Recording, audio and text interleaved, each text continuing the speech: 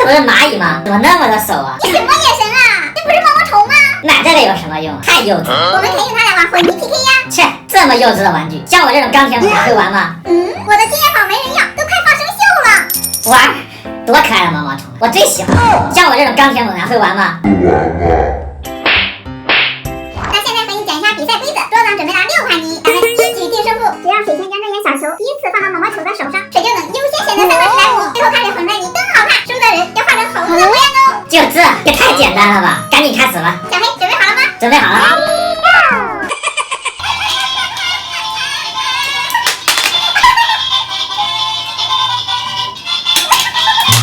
我的球掉了。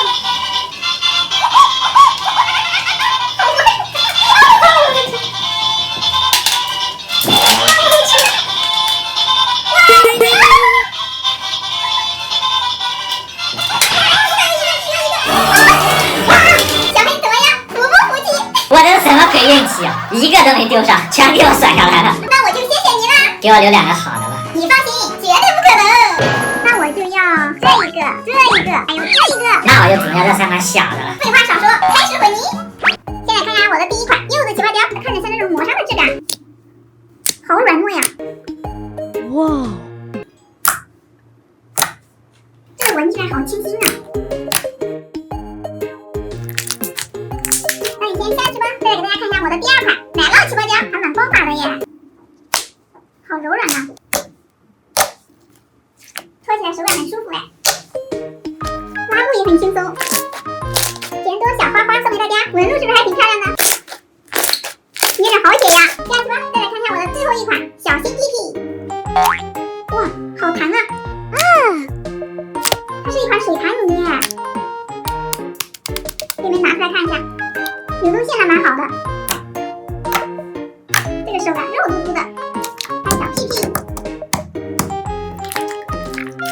它这个手感好光滑呀，但是它没有拉伸性哎。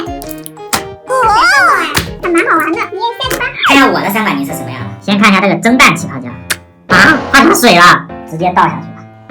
再看一下这款蓝色泡沫泥，不会吧，又化了，你也下去吧。再来看一下这款彩色泡沫泥，也是化的，全化了，下去。